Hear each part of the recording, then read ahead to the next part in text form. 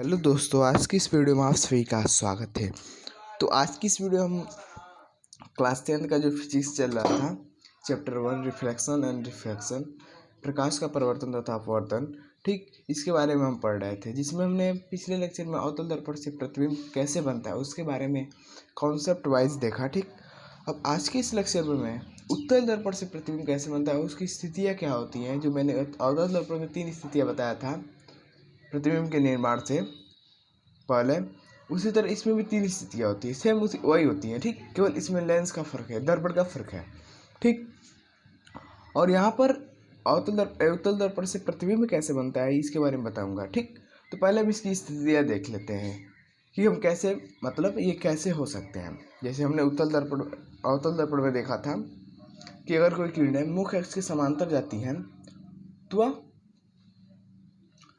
परावर्तन के पश्चात फोकस होकर चली जाती है। तो इसी तरह इसमें भी होगा, यहाँ पर किरणें मुख्य अक्ष के समांतर जाएंगी। ठीक, मुख्य अक्ष के तो समांतर जाएंगे। अब चूंकि किरणें यहाँ से टकराकर यहाँ पर जाती हुई प्रतीत होंगी, यहाँ पर से टकराकर इधर चले जाएंगे, क्योंकि यहाँ पर इस भाग से परिवर्तन होता है इसका। ठीक, ये टकराकर इधर से चली जाएंगी, क्योंकि यहाँ पर प्रतीत होंगी कि ये किरणें यहाँ पर मिल रही हैं, इसलिए यहाँ पर डॉटेड लाइन बनाएंगे। ठीक, और यहाँ पर ये फोकस हो जाएगा, ये फोकस हो जाएगा। और ठीक, और ये किरणें चूंकि यहाँ पर जाएंगी, इस तरह जाएंगी, वास्तव में इस तरह जाएंगी। ठीक, दूसरा नियम यह था, मैंने बताया था कि जब कोई किरण मुख्य अक्ष के फोकस से होकर जाती है तो मुख्य अक्ष के समांतर चली जाती है। ठीक, ये मैंने बताया था। तो ये हो जाएगा फोकस से होकर, जब प्रकाश की किरणें फोकस से होकर आती है तो मुख्य अक्ष के समांतर चली, मतलब ये किरणें यहाँ से आएगी, फोकस यहाँ पर है। ठीक, जाती हुई प्रतीत होगी और परिवर्तन के पश्चात मुख्य अक्ष के समांतर चली जाएगी, मुख्य अक्ष के समांतर चली जाएगी। ठीक, आई होप आपको ये कॉन्सेप्ट क्लियर हो गया होगा। या फिर ऐसे भी हम कर सकते हैं इसको, और वास्तव में तो ये ऐसे होगा, यहाँ से आएगा किरणें और यहाँ से टकराकर इधर चला जाएगा। ठीक, और यहाँ पर प्रतीत होगा कि यहाँ से ये टकराकर आ रहा है। तीसरा कंडीशन ये बताया था कि वो वक्रता केंद्र से होकर टकराएगा और वापस चला जाएगा। ठीक, तो यहाँ पर आएगा, यहाँ से टकराकर इधर चला जाएगा, जाता हुआ प्रतीत होगा, और वास्तव में ये इधर से जाएगा, इधर वास्तव में यहाँ से टकराएगा और यहीं से टकराकर वापस आ जाएगा, यहीं से टकराकर वापस आ जाएगा, लेकिन प्रतीत होगा कि यहाँ पर टकराया है। ठीक, यहाँ पर सभी किरणें आभासी होती है, ये कंडीशन में याद रखना है। ठीक, याद क्या करना है, हमें देख कर ही पता चल रहा है कि यहाँ पर किरणें जबरदस्ती मिलाई जा रही हैं। ठीक, अब यहाँ पर उत्तल दर्पण से प्रतिबिंब के निर्माण को देखते हैं। यही यूज करेंगे जिस तरह हमने अवतल दर्पण में यूज किया था, इसी तरह था, उसी तरह हम इसमें भी यूज करेंगे। ठीक, तो वीडियो के अंत तक बने रहिए, ये देखने के बाद आपका ये उत्तल दर्पण का कॉन्सेप्ट क्लियर हो जाएगा। तो पहली स्थिति देखते हैं, इससे केवल 2 ही स्थितियाँ होती है, 2 ही स्थितियाँ संभव होती है। ठीक, जैसे अगर फिगर बना दूँ एक चीज इसका,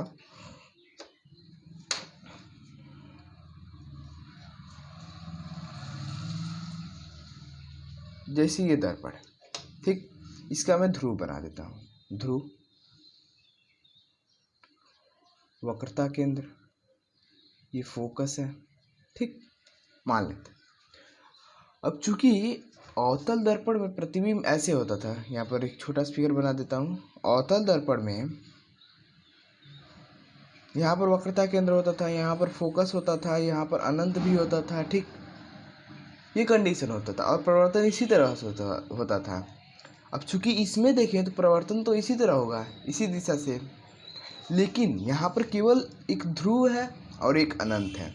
ठीक, एक अनंत है, एक ध्रुव है केवल, तो इसलिए यहाँ पर 2 ही कंडीशन संभव है। एक अनंत पर वस्तु होगा और दूसरा जो होगा वो अनंत और ध्रुव के बीच होगा, ध्रुव पर भी नहीं हो सकता है। अब ध्रुव पर कैसे होगा, वो दर्पण भी है, कैसे हो सकता है कोई वस्तु। ठीक, इसीलिए ध्रुव पर नहीं होगा, तो अनंत पर होगा, ये अनंत और ध्रुव के बीच होगा। जैसे यहाँ पर फोकस के बीच बताया था, इसी तरह यहाँ पर भी होगा, क्योंकि यहाँ पर 2 ही कंडीशन संभव है। हम देख कर पता चल रहा है कि यहाँ पर 2 ही कंडीशन ही संभव है, अनंत और ध्रुव के बीच, अनंत पर। ठीक, इसी तरह हम देख सकते हैं इसको। तो मान लेते हैं कोई वस्तु अनंत पर है, ये वस्तु अनंत पर है। ठीक, ये अनंत है। ठीक, इस पर वस्तु है। तो ये प्रकाश की किरण मुख्य अक्ष के समांतर जाएगी। इसमें से हम कोई भी यूज कर सकते हैं जो यूज करने लायक हो। ठीक, ये नहीं कि कुछ भी यूज कर ले। ठीक, अब चूंकि आप इसको हम यहाँ पर यूज नहीं कर सकते क्योंकि वहाँ पर वक्रता केंद्र है और किरणें यहाँ से इधर जाएंगी तो इस पर कहाँ टकराएंगी। ठीक, इसीलिए तो ये मुख्य अक्ष के समांतर ले लेते हैं। ठीक, अब मुख्य अक्ष के समांतर लेंगे तो ऐसे आएगा ये किरण। ठीक, और ये टकरा कर इधर से चला जाएगा। यहाँ पर वास्तव में तो ये चला जाएगा टकरा कर, यहाँ से इस तरह चला जाएगा। ठीक, यहाँ से आएगा और टकरा कर चला जाएगा, लेकिन ये किरणें यहाँ पर मिलती हुई प्रतीत तो होंगी। ठीक, यहाँ पर किरणें मिलती हुई प्रतीत होंगी।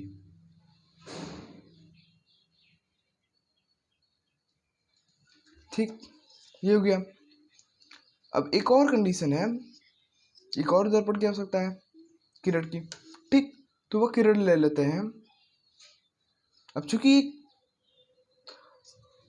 मैंने बताया था ये अनंत और ध्रुव के बीच है, अनंत और ध्रुव के बीच है वस्तु। ठीक, तो एक और किरण की आवश्यकता होगी जो कि इस तरह होगी, यहाँ से आएगी और सीधे यहाँ पर टकराएगी। ठीक,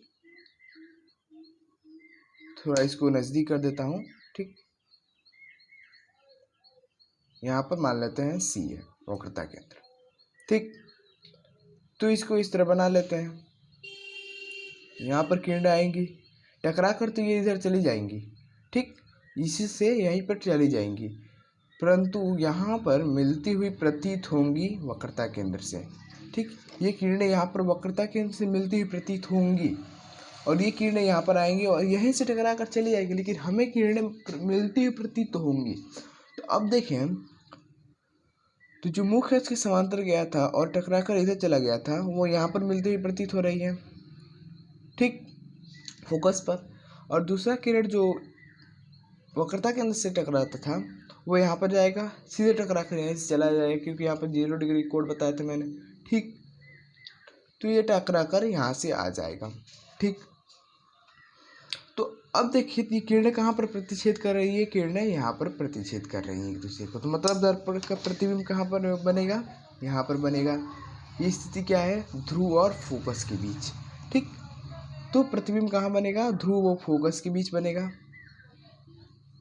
ध्रुव व फोकस के बीच, व फोकस के बीच। ठीक, इसके बाद ये प्रतिबिंब कैसा होगा, आभासी होगा क्योंकि किरणें जबरदस्ती मिल रही हैं। ठीक, क्योंकि ये किरणें एक दूसरे से दूर होती जाएंगी। ठीक, इसलिए यहाँ पर जबरदस्ती मिलाया गया तो किरणें आभासी होगा। और यहाँ पर देखें तो वस्तु इस तरह ऊपर की तरफ है, इधर भी वस्तु ऊपर की तरफ है, तो ये दोनों सीधा है, तो आभासी तथा सीधा होगा।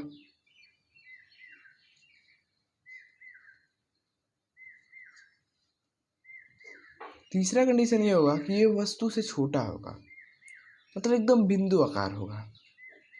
तो यहाँ पर लिख देंगे बिंदु आकार प्रतिबिंब। ठीक, यही कॉन्सेप्ट होगा। इसके बाद एक और स्थिति होता है जो अंतिम स्थिति है इसका, जो कि होगा अनंत पर। ठीक, अब अनंत पर दो किरणें आती हैं जो कि समानांतर होती हैं। अब यहाँ पर जब दूसरा प्रतिबिंब जो होगा उसकी स्थिति अनंत पर होगी, मतलब वस्तु अनंत पर होगी। ठीक, तो अनंत पर हमें कोई भी दो किरण जो होती है उससे समानांतर लाना पड़ता है, ये हमें पता है। ठीक, अनंत पर कोई भी अगर प्रतिबिंब वस्तु है तो वो किरणें अगर समांतर आएंगी तभी वो अनंत पर होंगी। ठीक, अगर किरणें वो किरणें ऐसे नहीं आ सकती, ये समांतर नहीं है। ठीक, तो ये किरणें ऐसे लाना होगा। ठीक, तो हमें इसे लाने के लिए हमें इसका और इसका प्रयोग करेंगे। ठीक, तो सबसे पहले क्या करते हैं, यहाँ पर मान लेते हैं ये वस्तु है यहाँ पर। ठीक, तो यहाँ से मुख्य अक्ष के समांतर एक किरण आएगी, मुख्य अक्ष के समांतर एक किरण आई, यहाँ से टकराने के बाद यहाँ से सीधे चली जाएगी, ठीक, यहाँ से सीधे चली जाएगी, यहाँ से आएगी और यहाँ से टकरा कर सीधे चली जाएगी। एक और कंडीशन यहाँ पर मान ले सकते हैं, दूसरा किरण जो चाहिए वो यहाँ पर ले लेते हैं कि यहाँ पर वस्तु आएगी, टकरा कर इधर चली जाएगी, ठीक, ये यहाँ से इधर चली जाएगी। अब यहाँ पर देखें तो ये किरणें दूर जाती रहेंगी, एक दूसरे से कभी नहीं मिलेंगी। तो हम इस किरणों को हम जब ज़बरदस्ती मिलाने का प्रयास कर रहे हैं कि आभासी बनेंगी, तो हम किरणों को ज़बरदस्ती यहाँ पर इसको आगे बढ़ाकर हम यहाँ पर मिला सकते हैं, ठीक, यहाँ पर हम इसको आगे बढ़ाकर यहाँ पर मिला सकते हैं, ठीक। तो ये वस्तु कहाँ पर बन रहा है, फोकस पर बन रहा है, ठीक। तो इसकी स्थिति क्या हो जाएगी, पहला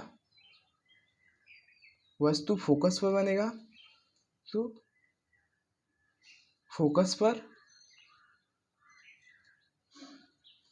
दूसरा हो जाएगा जो आभासी होगा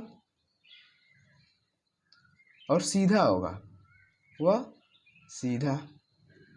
तीसरा कंडीशन हो जाएगा, ये भी इसी की तरह है, बिंदु आकार, ठीक, छोटा प्रतिबिंब, ठीक। तो आई होप आपको ये समझ आ गया होगा। एक बार और रिवाइज करवा देता हूँ। सबसे पहले हमने देखा कि उत्तल दर्पण की क्या स्थितियाँ होती है, जैसे अवतल दर्पण का बताया था उसी तरह उत्तल दर्पण की क्या स्थितियाँ होती है, ठीक, ये हो जाएगा। इसके बाद इसका प्रतिबिंब कैसे बनता है ये इसके बारे में बताया, ठीक। तो इसकी दो ही कंडीशन होती है, या तो अनंत पर होगा, ठीक, अनंत पर, या फिर अनंत व ध्रुव के बीच। तो यहाँ पर लिख देता हूँ, अनंत व ध्रुव के बीच, अनंत व ध्रुव के बीच,